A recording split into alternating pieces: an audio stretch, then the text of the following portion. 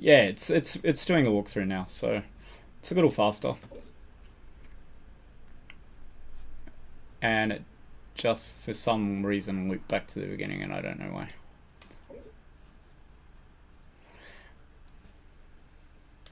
Yes.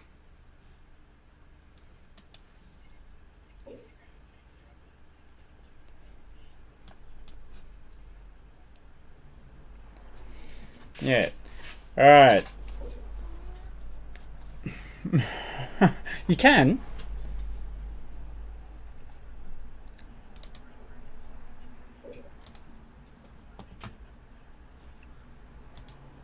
Oh God.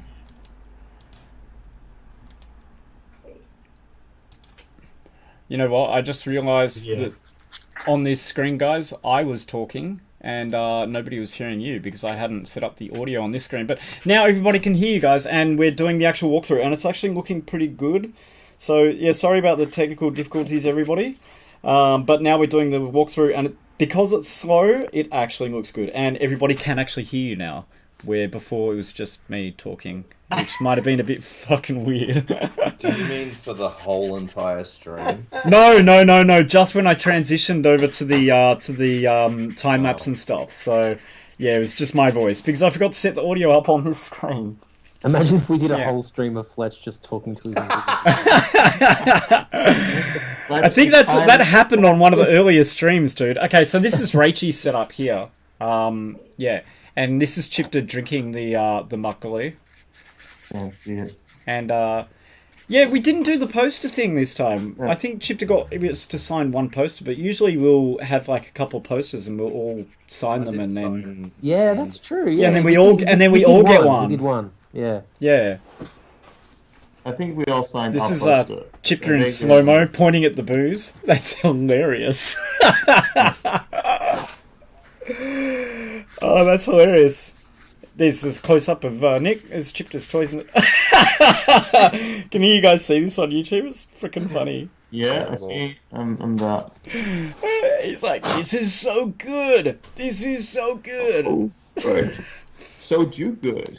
I spent maybe a minute or two on Chipter talking about the drink. How good your alcohol? That was a good impression of Chipter. I thought he was here for a second.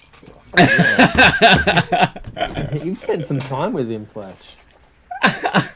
You guys used to share studio. We did share a studio space for quite a while, yeah. So yeah. Oh, there we go. There's the makgeolli. There we go, and it looks. Yeah, and he doesn't like his mixed with water. He likes it straight. So no wonder he was pretty drunk because it's like 20% on its own. You know? Yeah. He drank quite a lot of it too. And I'm like, "Are you sure you don't want to water it down, man?" He's like, "No, I'm good. I like it like this." There's a close up of Nick, and I am going to get back to the toys in a minute. I'm not quite sure. There's no rush. So did you just stay at the counter because that was holding you up, or? I think he wanted to be near his toys. Yeah.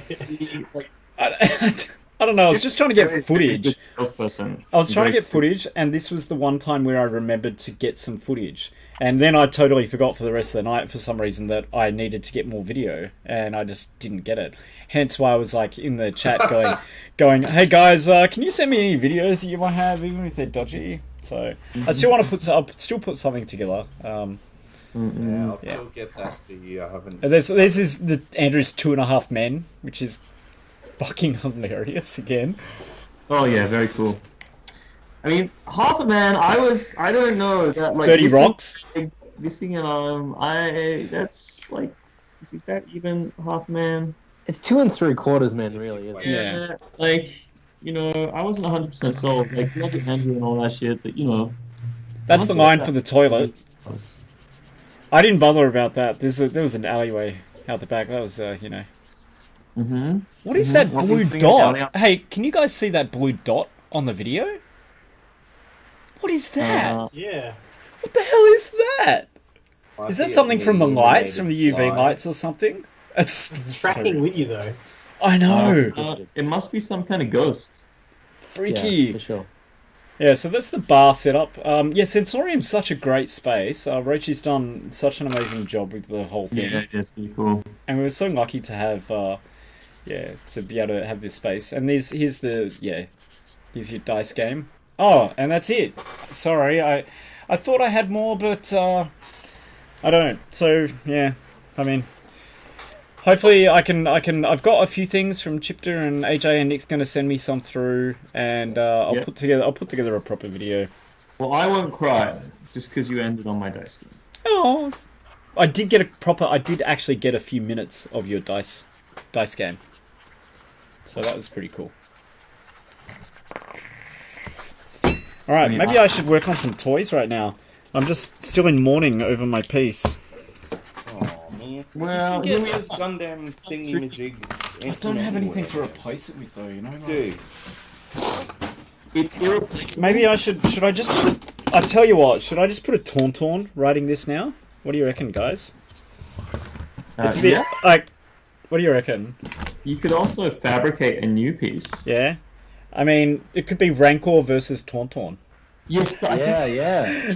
If I had time to do a second land speeder like somebody does, that would be great.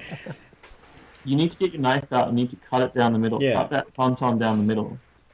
Yeah, this isn't one of the ones that has the Han Solo open belly. Oh, what? I Yeah. thought they all had that. Yeah, I don't know. I didn't think that these exist. I thought that they all had the open belly. Me too. Well, that means you can definitely cut it open. You should do it live on stream while we all watch. I kind of want to cast it. And There might be a Han Solo inside it. Yeah, I can't hear anything. Solo inside it. Can't hear anything in there, but you know, there might be. You guys just want me to cut open. Rare Korean production. I mean, I could do it. Marketed it as a cut open your own Tauntaun. Do you think that would legitimately make like ultra Star Wars collecting nerds cry?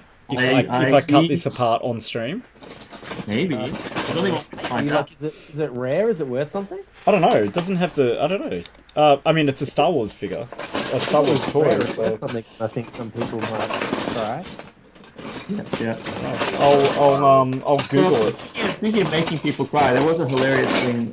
I was working at a model company in Sydney, and they got all of the pre-release Star Wars toys for like the Last Jedi series. Because we were working on a display for the toys.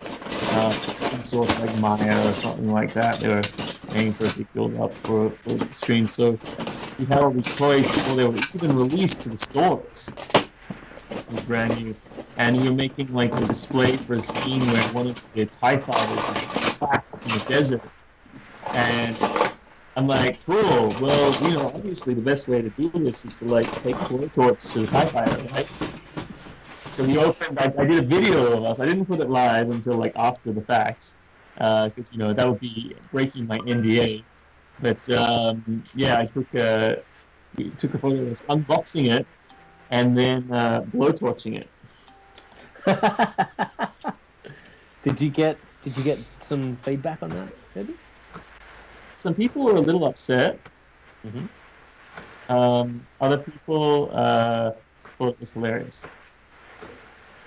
You know, the usual gambit of misanthropes and voyeurs. Yeah.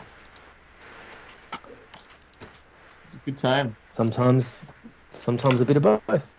Sometimes the toy must burn. So it took me back to my childhood. This is one thing that Chipta and I have in common, is we both had this fire in our lives where we burned a lot of our old toys as we came like through our adolescence into young adulthood. Really? Yeah.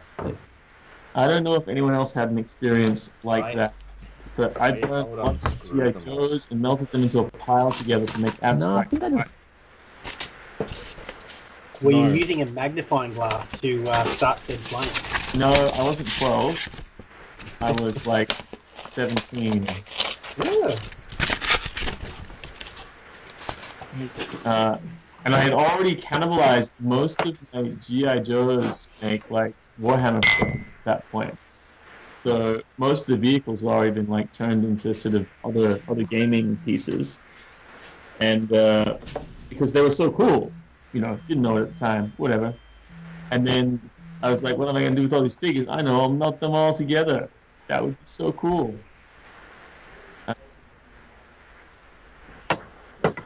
I don't know. Tell us your Star Wars graveyard story.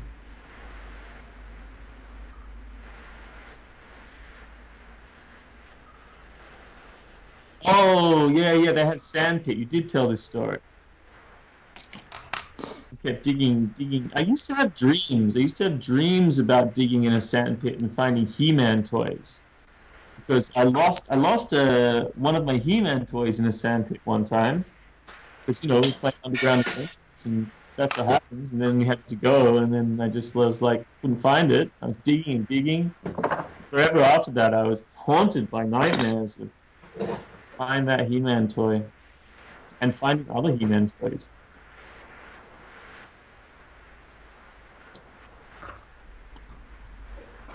I never had them. Man, it's a good thing Chips is not here. I've still got my OG Skeletor. What do I have?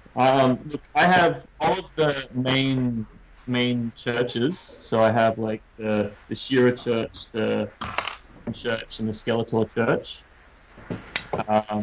And then I have every Shira horse, I think, including the unicorn with the glowing horn, which is possibly one of the most disturbing ones.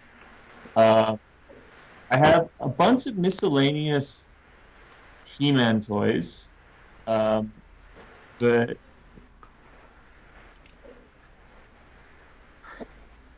I lost me. I love Bossman. It's cool. Yeah, he's cool. I have that one.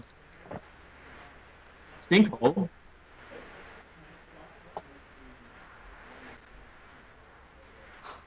Oh yeah, that's a good one. That's cool. That's cool. Okay.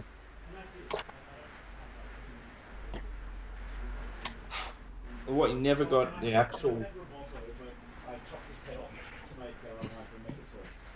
Which in hindsight, I probably should have just made a cast of the toy and done that. I don't know why I cut his head off. But Because he had no value to you.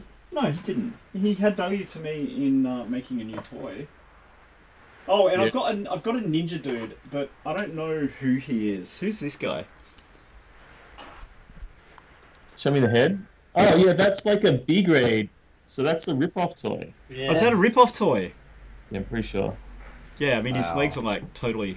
Wah. So it's the body and legs of Skunkor or Stinkor. Yeah.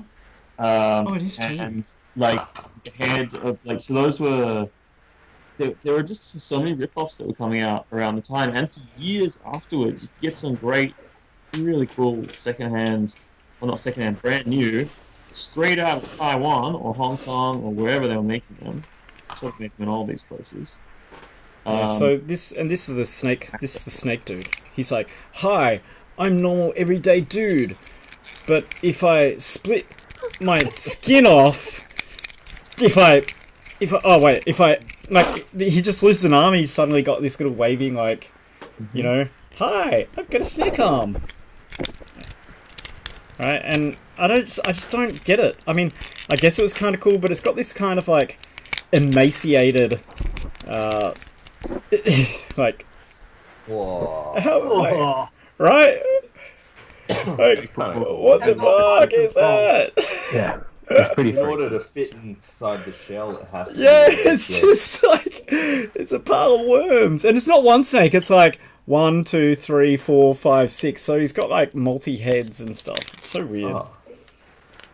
I don't know what his name is. Yeah, so I've got the B grade He-Man figures. Cool. But I think Love I've it. still got their weapons somewhere. Interesting. Anyways, I don't know how we got onto He-Man again. So there's a whole Wikipedia devoted to B-grade He-Man figures. So what's bizarrely, Horizon? Strider. I've still got Strider at my parents' house sitting in a box. Sorry? I missed that. Strider, the big ass horse that He-Man used to ride around on. Oh, the Bizarrely, skeleton, that's still in the that box thing in my was cool. Yeah. Was that before the Battle Cat? No, it was No, parallel. it's after. Okay. After. But didn't they happen at the same time? I guess they have it at the same time. No, that was after. Definitely after. I think because they wanted to have like an evil steed or something like that, right? There's more toys. I'm pretty just more. Yeah, they just wanted more toys. I heard that the Battle Cat's like from another range of toys by that company. Yes, it was. That was on that. All right. So it was just a random tiger that they painted green. It was. Yeah. Yeah. That was on that Toys That Made Us show, right? Yeah. Yeah, I think they mentioned that, and they showed the original tiger. And then they flopped the heck out of Skeletors. I love that one. I had that one when I was. That would be manky nowadays. So would Mossman. Yeah. So what were some unusual toys or that you saw at the show, or something that inspired you? Something that you saw at the show that you went, oh, that gives me an idea, or oh man, that gives me a great, or I don't know, or a technique or something like that. About having access to young upcoming toy artists is we can totally rip them off, right? Yeah, absolutely. You just have to deal with talking about it on the stream. And, you have like a much bigger market that we can take these ideas to. That I'm being completely facetious for people in the audience, in case. But no, a good question, Fletch. A good question. Yeah, just like something that inspired you at the show, or a piece of a toy, or a piece of work that you really enjoyed or liked, or it doesn't. Not even that. Just something that that made you think something, or you know what I'm saying. Inspired by Titty Bean's really precise magnets. Oh really? I didn't check the magnets on his. They were his figures, like you could be fooled into thinking they had joints. Yeah, they were so good, and like if you yank them, you discover it's like a pretty strong magnet. It's pretty like tight and nicely, positioned and everything. Yeah, and I was like, should I do magnets? I don't know. But after seeing his, I'm thinking, wow. Magnet, huh? Pretty cool. Sorry, just sideswiping, because that actually brings up another really interesting side question. So if Andrew was here, he could do a little side question. Side question is picking up and touching people's toys. Now, for me, if it's one of you guys, pick them up, touch them, and all that kind of stuff. General everyday people, what do you think? Are you okay with people just picking them up and playing with them and stuff, or do you want them to not touch them? Or wait, what are we talking about here? The exhibits? Yes, toys at the exhibition. Well, I hope they wouldn't touch it. Dirty hands. Yeah, I had a lot of people picking mine up. If I hand them to them, that's fine. If it's one of you guys and you're picking up, it's fine, because you know that this is not a toy, right? Like, but then again, toys are to be played with. But yeah, I did see a lot of people picking up toys and stuff, and I'm like, yeah, okay, maybe it's just they don't get it because they're toys, so people pick them up. So I thought it was interesting to get your perspective on it. My concern for mine would be the fact that they weren't very robust. Like they could break. Yep. So, but that's because mine were sort of a little bit prototypey. Yeah. But yours, I suppose if somebody were to drop it, yeah. Yeah, and the cats with the joints and stuff, like the heads are glued on and stuff. Like, they were the ones that I was worried about. The other ones, like, I mean, they're fairly solid. But I just wasn't. Yes, and somebody asked me that question. Like, they're like, "Oh, can we pick up the toys or not?" And I said, "Well, in general, if the artist is there and you say, hey, can I touch it and pick it up?' and they say yes, then go for it. If they're not around, then just err on the side of caution, or just be aware of what kind of a toy it is. But in general, no, it is an art. It is an art exhibition. Even though they are toys, they are not toys. What, man? You're not going to get universal understanding with that. Nah. With my where I work, we had a bunch of student work, right? And it was their 3D work, and we got it all 3D printed, and I spent a week airbrushing it so that it could be displayed as like, on plinths, like their little toys and stuff. And the general public or the parents or the girlfriends and boyfriends of everybody who showed up to the show would leave their drinks on the plinth with the toys. That's just bullshit, man. Like that made me just understand that there's like there's a subset of people out there that just there's just like there's no education around that being, hey, that's an exhibit. Can you have a little respect? Yeah. You know? Maybe we need to put a sign up that just says, hey, be respectful of the toys, ask the artist before picking them up. Yeah, that sounds alright. Just something like that, saying like some of these are fragile, they are not, they're not toys as you know them. The problem is the whole vibe of the space. Yeah. Sensorium, right? Well, beyond that, it felt like a shop. Like when you walked into the space, it absolutely felt like you were in a store. Yeah, and that was fine. Yeah, I wasn't totally opposed to it. I'm just, I was just like, and I understood it. Like, and it happens at every show, and I'm just curious about perceptions of it. Anyways, I totally hijacked with a side question. Back to the other ones. What was some toys? So Nick, you Titty Bean and the magnets. Yeah, that was great. But then there's a little bit of something to beware if you do go for that, because I saw people going, "Oh, can I get this guy's head on that guy's body?" I was like, what? Yeah, they thought it was on. But isn't that eventually? I don't know if he mentioned it or I'm making this up in my head. He said something like, wanting to be able to mix and match and something. I don't know if I'm making that up or if he actually mentioned that. No, that's the 100% correct. Okay. Yeah. He makes sure that everything matches from the first one he made to the next one he makes. Okay. Specifically so that you can mix and match. Yeah. When you collect the ones that are there in that form, yes. Yeah. I'm not sure about like people customizing them on the shop floor. Yeah. Yeah, but I have a feeling he might be okay with it. I'm not sure. Maybe I don't know because actually maybe not because his characters are quite specific, aren't they? Yeah. Well, I think that part of his Patreon thing is like pick a random from his bunch of bits and pieces that he does. Yeah, right. Yeah. His Patrons can make a figure out of a whole bunch of stuff he's pulled, which is a great idea. Yeah. It's a great thing for Patreon as well, like that kind of thing. Like it's an in the actual exhibition. Does anyone else actually have a Patreon? No, I was thinking about it, but I mean, would anybody follow? I got one that I pay other people with, not that anyone pays me with. Maybe we should do a This Is Not a Toy Scene Patreon.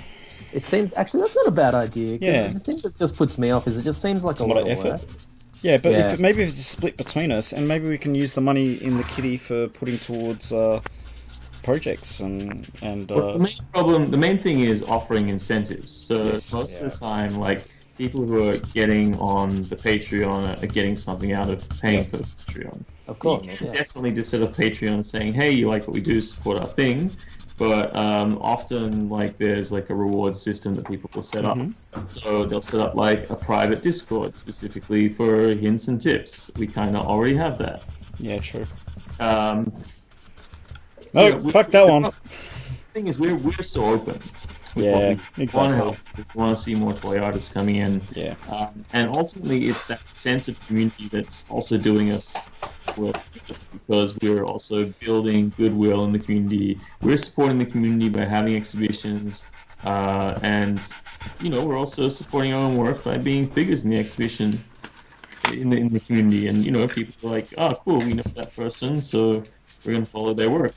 Yeah, that's kind of the side benefit. But there are other ways to do it, and generally, like in the States, there'll be like merchandise and stuff like that. So having an official website for the snug toy scene, and stuff. We do need a website. You know what? I actually think that we do need a website. I think a website would be great because we do a lot of projects, we do a lot of things, and it would be great to have one place where we can document it. I can set that up. I got the hosting. I never thought about it, but it's actually ridiculous we don't have a website. Yeah, I've got web hosting. We operate on Facebook, which is really not good. Great. It's pretty silly. So what you're seeing, audience, dear audience of probably us, but anyone who might watch later, is us slowly formalizing this thing that we have. So get in on the ground roots, jump up and find our Discord. Can somebody pop our Discord link in the chat, please? Join the Discord.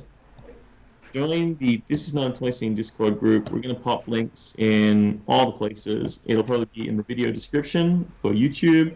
It'll come up in chat, hopefully. Somebody can do that for me, because I'm currently cutting guns. Cutting the guns. Herb, is your camera gone? What? Oh, yeah, your camera's gone off.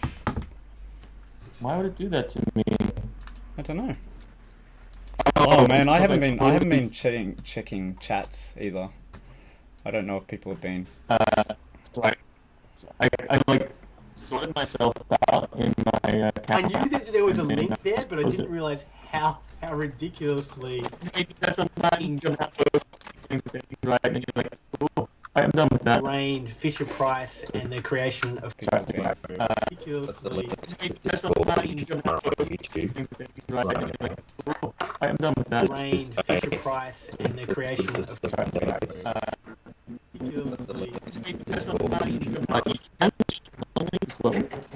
Okay.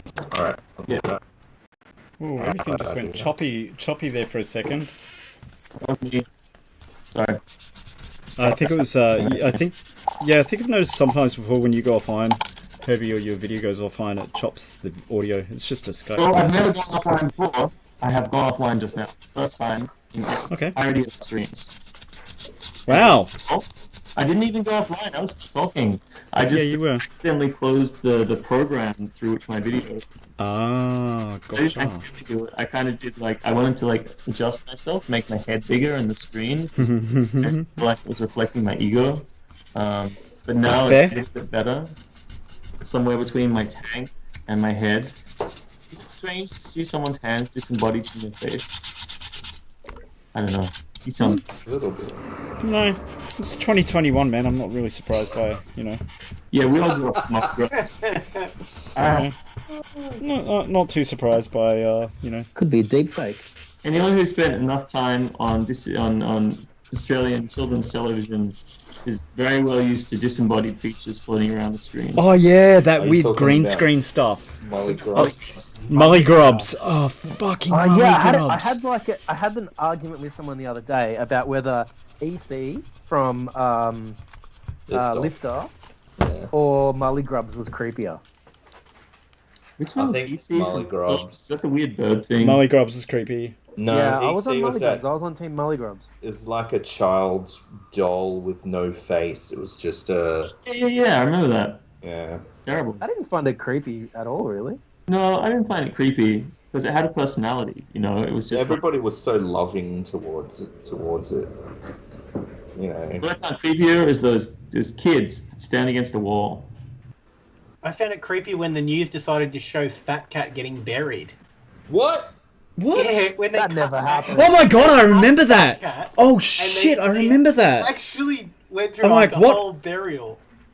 I remember that. It's messed up. That is traumatic. That's terrible. Because Fat Cat didn't talk, so Fat Cat wasn't good for kids. Meanwhile, you've got Humphrey running around with no pants, not talking. Yeah. That's true. What happened At to least Fat Cat? Fat Cat had pants on. Fat Cat made it big in business. They had to cut him from the show. Yeah. I don't know how to turn on my integrated Why did they cancel Fat Cat? Because Fat Cat didn't talk, it wasn't good for children's development. That was the main reason they were getting rid of Oh wow! it. Yeah. But Humphrey was allowed to stay. It's like, oh man. It's like, but they killed Fat Cat. Yeah, they actually killed it. They killed Fat Cat, yeah. That's Buried really it. disturbing. Gangland execution style. All right. They didn't throw it off the pier with concrete slippers. We totally went off track here. So we were talking about other inspiring. So Nick, yours was okay. What about you, Herbie? What did you see that inspired you at the show, or something that you thought was really cool? What I thought was cool. I really like Chip's Buzz Lightyear babies. They're really cool. I liked the little frogs that Liam's friend made. They were very cool. I liked. I really like the colours in Titty Bean's work. I think he's got a really great palette going on. It was cool to see. What else jumped out at me? Oh, my mum bought some stuff from KO. That was cool. Thanks, Herbie's mom. Yeah, thanks, my mum. What else was good? I don't think there were any other good artists there.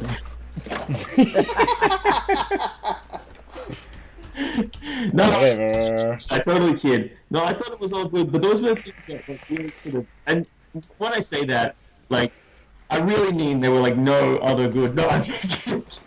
When I say that, I mean I'm just really familiar with everyone else's work. You didn't even say your name, so. I know. It's cool, but this is a foregone conclusion. Like, I obviously like my work the best, and I thought it was underappreciated at the show. I definitely didn't see enough people really enjoying and engaging with my work. Again, I'm lying.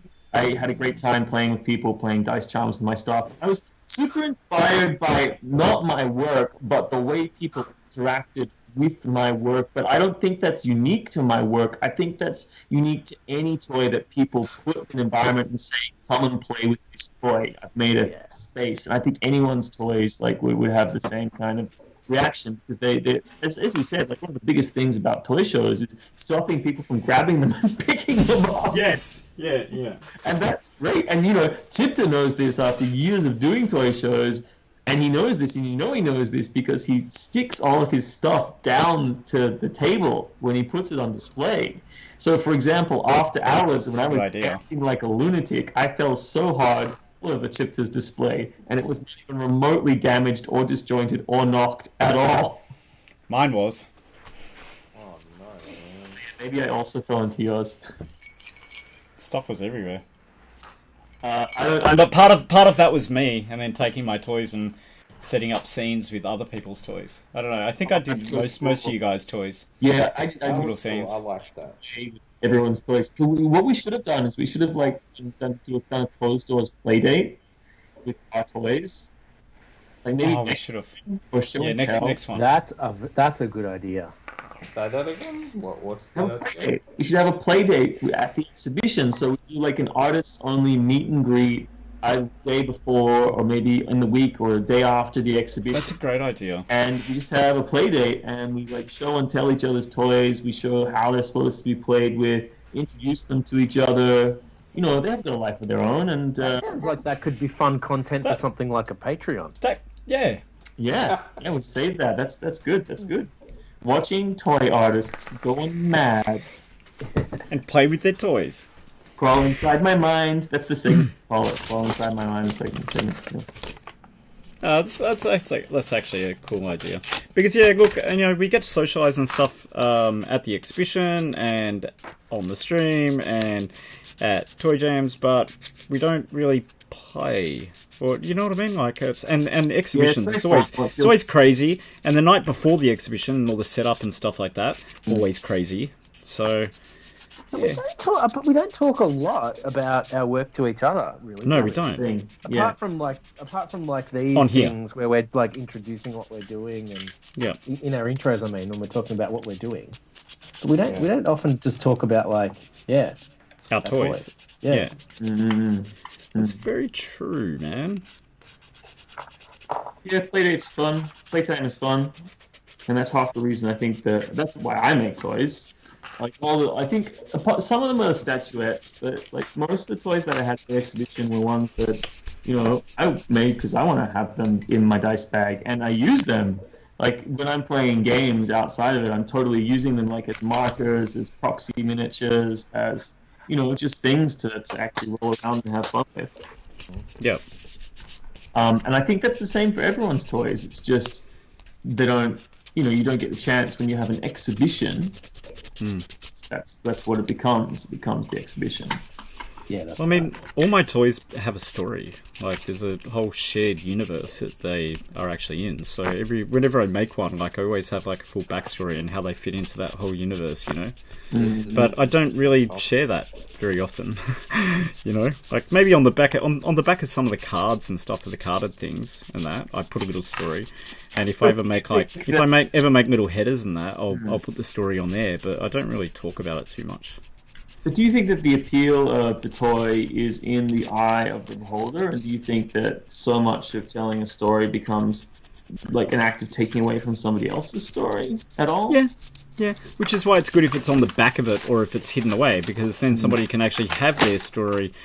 But no, I don't know. Like, look, I'm a massive Transformers fan, and I love the whole story. I love the storyline and the universe and all that kind of stuff. And that's one of the things that I love about toys.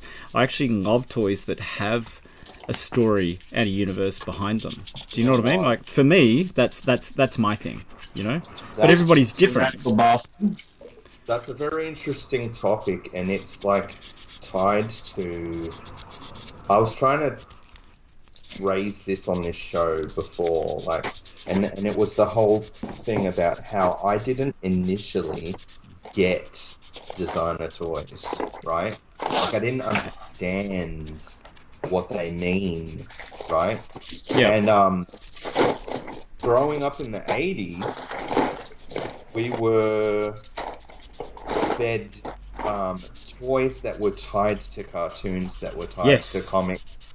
And that was a marketing strategy. Cartoons existed to sell toys. Yeah. Yeah.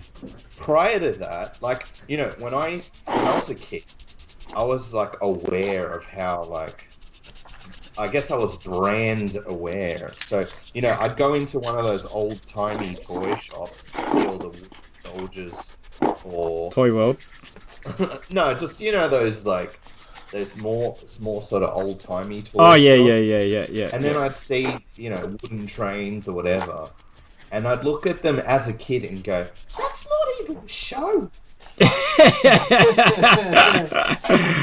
You just had a whole bunch of train builders cry in agony. You know what I mean? Like, that was what I was turned into. And that programming was with me forever. And I think that programming is with most sort of run-of-the-mill collectors who walk into Zing and go for pop vinyls, stuff that they know. Funko Pops. Yes, right? So that programming needs to be broken somehow. And I think, you know, when I saw, oh, you can take this, you know, it's just a bunch of little demon dudes or whatever, and you can make up the story yourself, or they can represent whatever you want them to. You know, there's a beauty in that, and that's what, like, a lot of, you know, indie toy makers or designer toy makers, they do. And it just made me understand, shit, I didn't get this the whole time. Why was this so alien to me?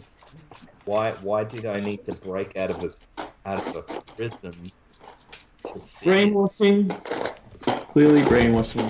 Yeah, that is what it is, right? So now I'm making these little characters, and I'm thinking, yeah, what I'm gonna do is I'm gonna make a little comic for each of them, like a one-page comic or something. Yep. And then I'm thinking, will that limit the audience?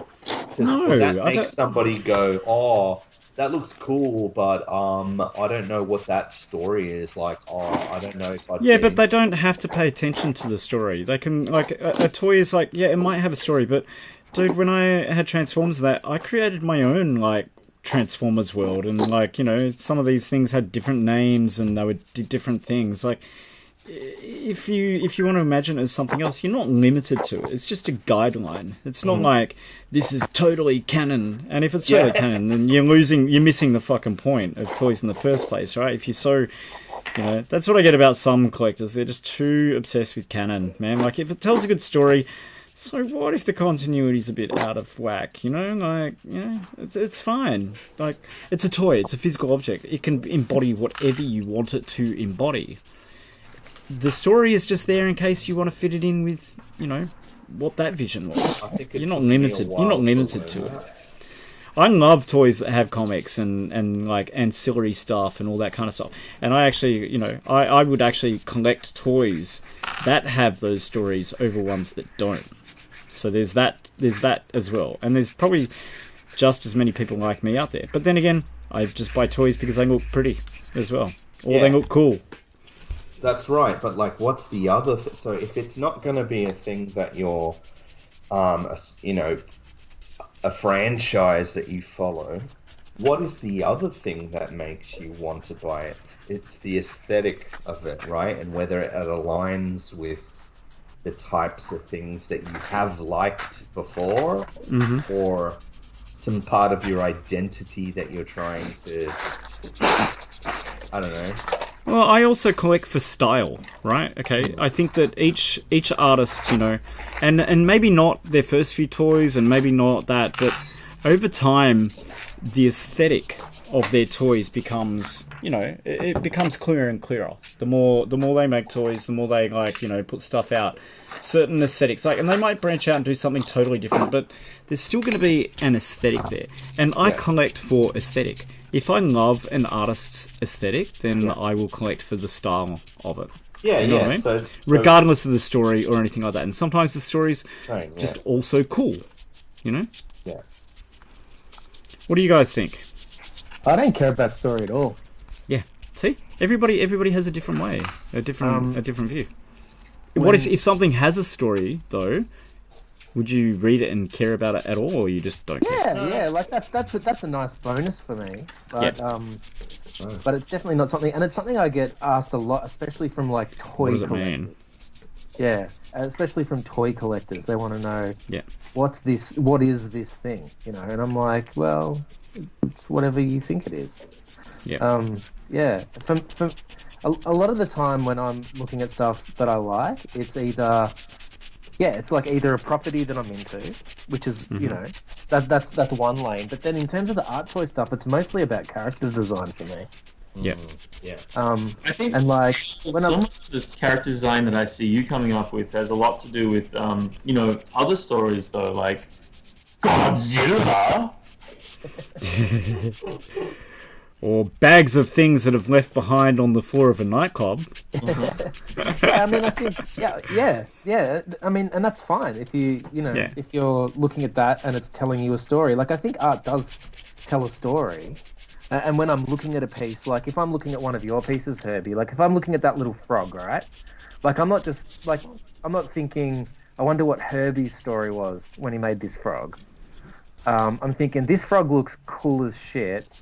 I can imagine him hopping around with his little sword and stabbing stuff, and just the design of that character just sparks my imagination.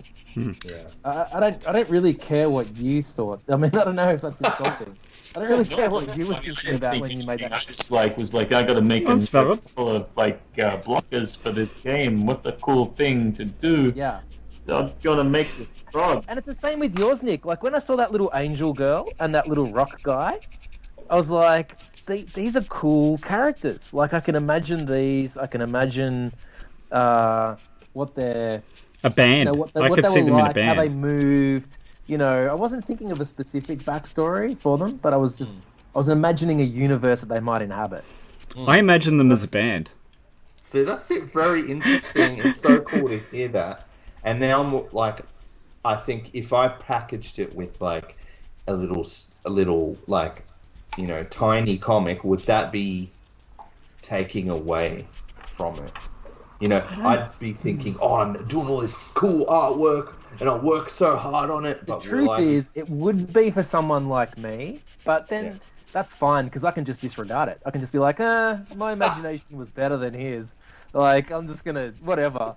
But I think I know for a fact I'm in the minority on this. I think most people really do want a story. I think the arts community, the consumers in the arts community who are buying the art are looking at the object, and then consumers in the pop culture community, they're either looking for a story that already exists, like references that exist, TD Beans, some of KO's work, not all of KO's work. KO does all kinds of amazing original work as well. But you know, they're often looking for a story. They want to know what it is, and they do want to know more. But then some of those guys are just like, I just want a cool thing. Yeah. Yeah, I can't tell. It varies. There's something for everybody, though. You're happy. I feel like that I encounter this, like when I go to Supernova or something and I buy people's prints, and then I go, oh, that's such a cute poster, I really like it. And then I take it back, and then a friend looks at it and realizes it's a character from an anime, and will say to me, oh, you don't even watch that show. And I'm like, oh shit, it's from a show? Fuck, I just thought it was like a nice design, you know? Yeah, I've done that too before, but honestly, who fucking cares? You like what you like, and if you like it, you either like the story or you like what it is. Like, obviously, you like the visual aesthetic of something, or you're not going to buy it, regardless of the story, or regardless of if it's a character from something. Like, if the visual aesthetic of it is to your liking, and you want that on your wall or up on your shelf, give a fuck about story or whatever, anything like that. Like, it's what you like, right? Yeah. Yeah, it took a while. You should buy what you like. You should make what you like. You should do what makes you happy. Actually, this is a story that was when I was making miniatures for a while. I was like getting them cast at a place in Melbourne called Eureka Miniatures. They do lead casting. Tell us about these guys. They sound cool. Yeah. And I went in. I'm like, oh, hey, you know, what should I be making? You know, and the guy says, look, man, it's not about what you should be making. Like, ultimately, if you're interested in making toys, you gotta make what makes you happy and what you're interested in making, because, you know, if it is something you're actually seriously interested in moving into as like a profession, you're going to be doing it a lot. And if you're not making something that you enjoy, then there's no point. That's the fucking point. Yeah, that's right. I think that's where, you know, even professional miniature makers who work for larger companies, they'll go through a cycle, they'll go through the ringer, and then they'll come out the other side and they'll be like, actually, what do I want to make? And then they'll go and like get a few other friends and they'll get together and they'll do a Kickstarter and launch some series of cool Space Rangers or something. I don't know.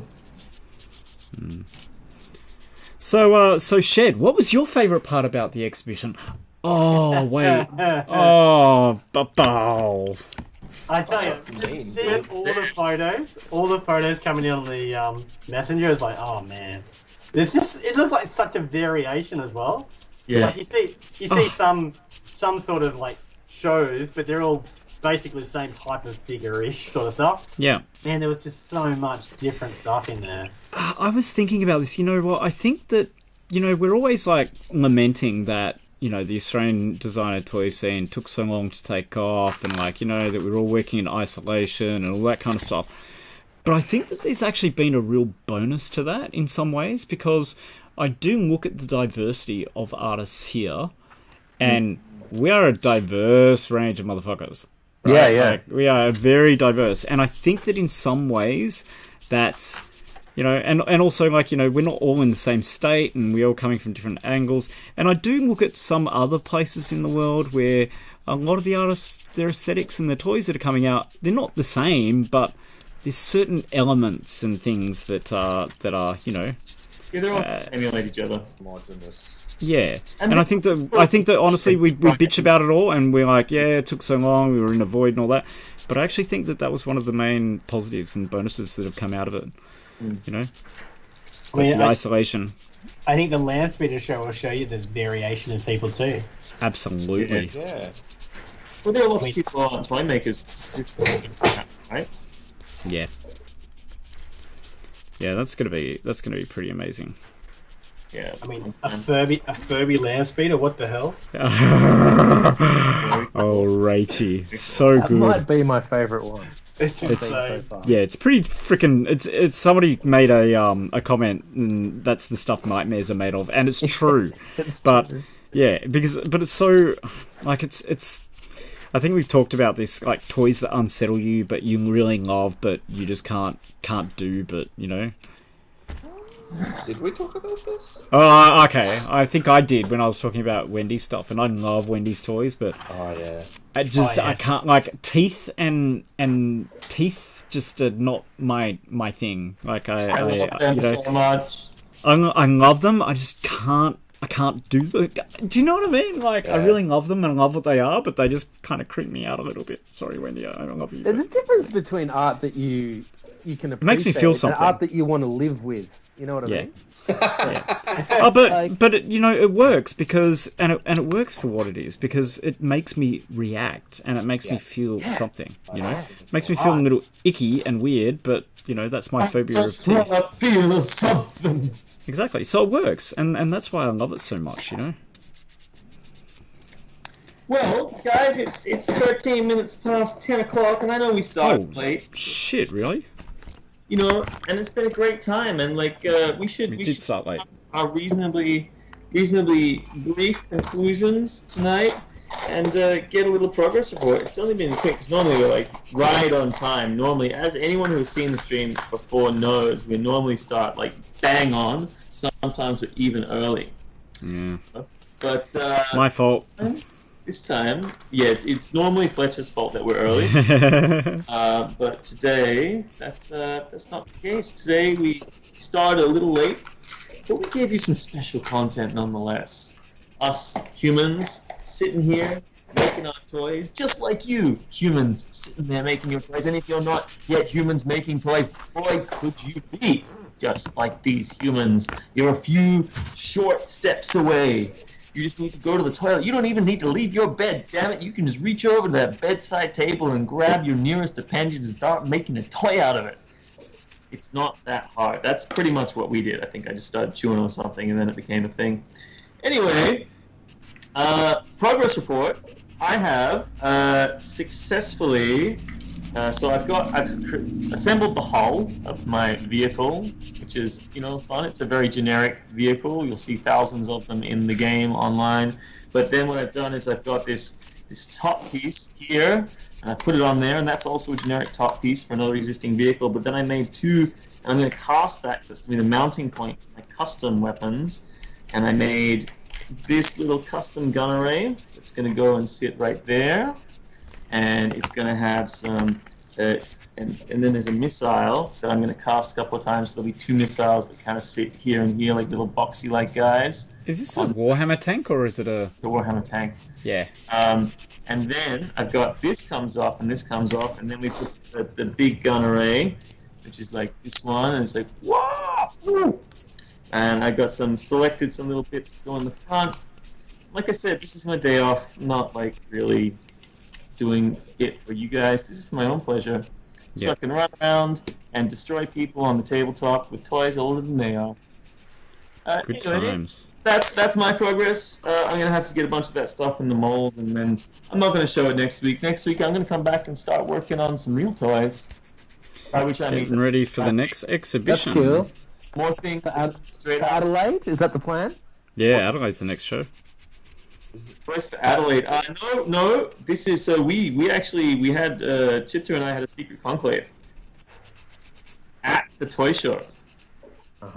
And what we think we're gonna do, and this is first time we're gonna announce it. So if you are actually watching this is the first time anyone except for me and Chipter heard about this. We're thinking of doing a national tour. So what we're actually gonna do is we're gonna do. The month before we start in Adelaide, we're going to do a show in Sydney. And we're going to do Adelaide. And then we're going to go from there to back to Melbourne. So we're going to do 1, 2, 3 in a row. And maybe if we can line up something for the end of it, then we'll do first quarter. Well, so it'll be it'll be February in Sydney, March in Adelaide, April in Melbourne, and then maybe May somewhere else. But if we do Tipton wants to do it like that, particularly because it means that he can book all his flights in one stretch and be like, I'm going to go here, then I'm going to go here, then I'm going to here, and then the tour is done. But yeah, so next show I think is going to be February in Sydney. I thought that Adelaide was February.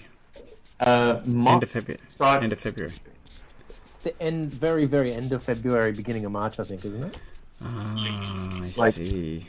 It generally goes for the month of March. Cool. So yeah, we'll go second or third week of February. So it would be open in Sydney, do a weekend in a week, and then go to Adelaide, and then I think Chipta will, because I think the only thing that Chipta wasn't planning for is that it was going to go for a month in Adelaide, so I think he'll want to be looking to have a second body of work set up. But we will talk about that on the... Oh, Adelaide show goes for a month, does it? Apparently, yeah. Which means you'll have a lot of stock tied up in that show, or you'll choose what you're going to leave behind. Yeah. Or we just do the Melbourne show after that. Oh, wait, because you want to do the... Hang on, you... okay, I'm confused. But okay. But we'll figure it out. But yes, we're looking at doing a schedule, so we're going to hit all major cities within a reasonably short period of time. By the middle of the year, we will have done shows in Adelaide, Sydney, Melbourne. What about Brisbane? Adelaide, Melbourne, in that order. What about Brisbane? We absolutely would love to do Brisbane. It's just a matter of whether or not we've got a gallery access in Brisbane. I know people I can ask around. Make it happen. I have started asking around as well. Yeah, great. Well, let's figure it out, man. And even if it's just a shop front that we hire out and operate for like a weekend and a week, or just like, you know, I'll ask my friend who has a screen printing business. He knows a few people. I'll send him a message and ask him if he knows some stuff. And I know a couple of artists up there as well. So, and some. I did know some galleries. I don't know if they're still open. But yeah, okay. Maybe that can be April. Exciting. We're going to announce the specific dates. Probably by Christmas, I think, or by the 1st of January or by early January, we'd like to have a lot of that down. We already have the Adelaide show locked down. The Sydney show can be locked down at a moment's notice, so I just need to figure out the date, you guys, which we'll do on our Discord and or Facebook conversation, just to confirm those things. And then, we'll also talk to Rachie about confirming another show in Melbourne after that. And if we can also line up Brisbane, the tail end of that, then that would be even cooler. As far as I'm concerned. Anyway, that's me. That's what I've done. That's everything I have to say tonight. How about that guy? Shed Quarter Creations. What have you done tonight so far? I have made my whole workspace gold. Like a powder. Mate. I reckon there was more around the ring of the actual container than actually in the container. But anyway, I'm gonna be wiping gold off everything for the next month. But I think I'm ready to demold C-3PO's head and see if we've got a live on stream. So excited. This is the risky moment. The risky, exactly. Holy shit. Gold. Always believe in your C-3PO. I believe you can fly. I believe you can touch 3PO's eye. Come on. Get out of there. Oh, yeah. It worked. So shiny. Ooh. Nice. This video does not give it enough. Holy crap, I've not caught a bubble anywhere. That's alright. You can post it on Instagram. Everybody can go and see Shed Quarter Creations. Okay, cool. For a first pull out of that, that's and great. Yeah, rotating, and that's 65D, which I'm actually surprised at how well that's come out. That's awesome. Because they have the necks on these guys are just like tent poles. I love putting tent poles in things because then you can put them in your drill to spin them if you've got a round shape. And so the idea is the body of these guys have got that set in too, so then I can glue it in, or I was thinking possibly even just putting the peg in and making the head so you can rotate them maybe. So I've still got Luke here ready to cast up next, so the molds on that's done. And the body on that one is done, so I'm going to be able to do those. Obviously the neck's a bit big on that one, but so I'll do those in white, but that's cool. I'm very happy. Good. Congratulations, man. Just Awesome, gotta finish painting the speeder up and get these casts and get it in the mail ASAP, because Brisbane to Melbourne, who knows how long that's going to take. Oh yeah. Yeah. I want to get it in the mail before Thursday. Yep, I get it in ASAP. Yeah. Express post, but you know, Oh who yeah, knows? exactly. Yeah, I'm gonna be onto painting my speeder tomorrow night, I reckon. Cool. All right, so thanks, Shed, for that. Thank you for joining us as well. And we go on Yeah, to man. the next is Mr. KO. Please give us a progress report. How are you? It's going to be hard to follow that spectacle. Yeah. Of pulling the first golden head out of the mold. What am I going to do? Anything I say is going to be a massive disappointment. Well, True. yeah, this is very close to done now. It doesn't need a lot more work, so that'll be good and ready to go. My speeder here, and I have looking spent good. quite a bit of time tonight sanding back this. Hopefully, you guys haven't been hearing the sanding. Oh, the moon dude. Man. Oh, that Yeah. looks awesome. The little Yeah, moon that's kaiju. awesome, dude. And I was just messing about with some plasticine I like it. because I was thinking Is about this adding some little accessories. is this with the aim of Safubi? Yeah, Yeah. definitely. Yeah. Fingers crossed I can get that done. It might be a bit of a push to get it done for Adelaide, but Oh, yeah. sometime in the first quarter of next year, hopefully. Yeah. Ooh. In the Shed quarter of next year. Oh, the first quarter creations of next year. Wait, is that copyright? I don't know. Give me a minute. Could be. Oh yeah, and also I've been sanding these. You guys might have seen these at the exhibition. I actually made these for an exhibition that got cancelled at the beginning of this year. But it's been rescheduled. It's happening in December. These little Beautiful, man. magnetic ravens. Yeah, I had one at the show. Oh, and that's so cool. I was quite happy. Yeah, I with saw the that. one at the show. So I've got a couple more of those that I'm making for a show that's Didn't coming you up have in that at December. in 2020? The Melbourne show in 2020? No, but that tree is recycled from another piece that I had. The ravens are new, but the tree. Okay, I see. Yeah. Awesome. Well, that's super cool. Glad to see some progress coming on. And then finally, it's Mr. Nick. Oh, this I'm is gonna most slap you. anticlimactic. I just made new arms and they're bent now so that they're not so stiff. And I am trying to make a hand. And I can make hands. I learned that I can actually sculpt hands, but I can never predict what size they're going to be. So I can make the hands, but they might be massive. yeah, I'm That's trying like two that different horrible sizes. game where you give someone a superpower, but then you corrupt it. It's like you have the ability to sculpt hands, but they will never be the correct size. Yeah. It's the monkey's paw. So I'm just figuring out what size I really want for this guy. Nick, I've got some advice for you. Just make sure all of your toys have 2 left hands. I was gonna Oh, say no, I was don't gonna make say that I was gonna say sculpt the hands first, and then sculpt the toy around the dimension of the hand. Yeah, that's a good idea. Good idea. That's a better solution than mine, Fletch. Yeah. Speaking of me, right, Herbie? What? Are we talking about you, Fletch?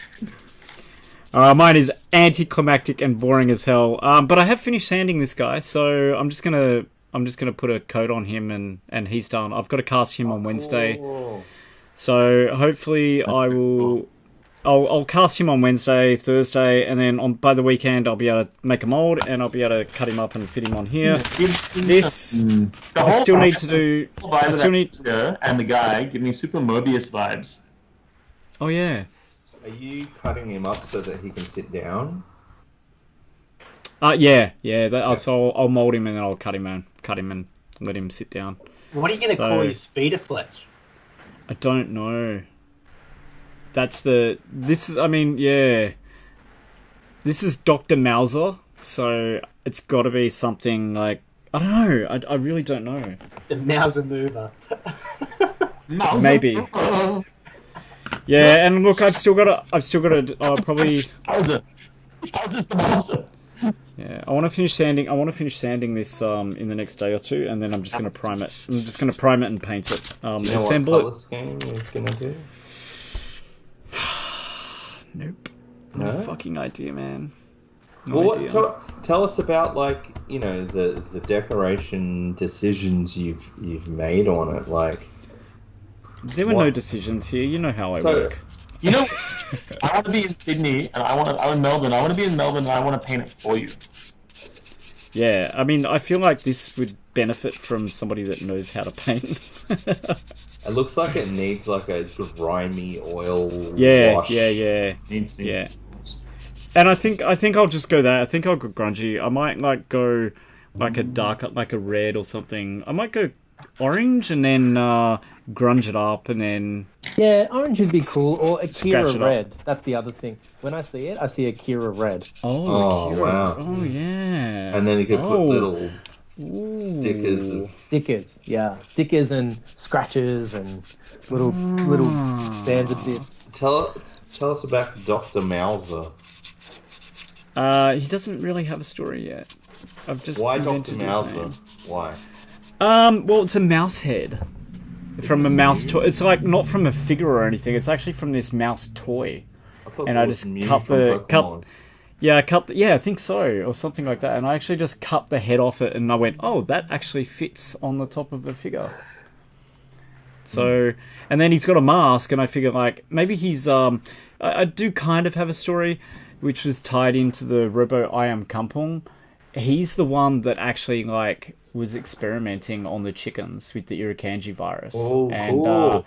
Yeah, so Okay. he kind of made the Robo I Am Kampungs, and what I actually want to do is kind of do like when Chip did, he did the saddles on his creatures. I want to kind of put a saddle on the Robo I Am Kampung and like maybe have him riding them. So you're gonna That's cast the mouse guy?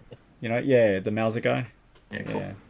Yeah. So okay, I lied. There was kind of a story that was gestating in my Okay. brain. Well, I don't know if we have a song for you tonight, guys. No, There is no No bear. song. There is no No song no tonight. song because somebody house in your heart. abandoned us tonight. The big blue house in all of our hearts that we will cherish. But yes, thank you everybody for joining us once again while we sit here and talk crap and make toys. I mean, we could always do Shirley Temple number. What's a song we all know the words to? So long, farewell. I hate to say goodbye. It's not I don't know the words to that. else. Isn't it Evita Zen Goodbye? No, that's the Beatles song. You remember that one? No. It's the prequel to Star Wars. I'm going to say something really inappropriate here and say I don't really like the Beatles much. Inappropriate. Anyways, Highly inappropriate. highly inappropriate. Highly appropriated. Absolutely.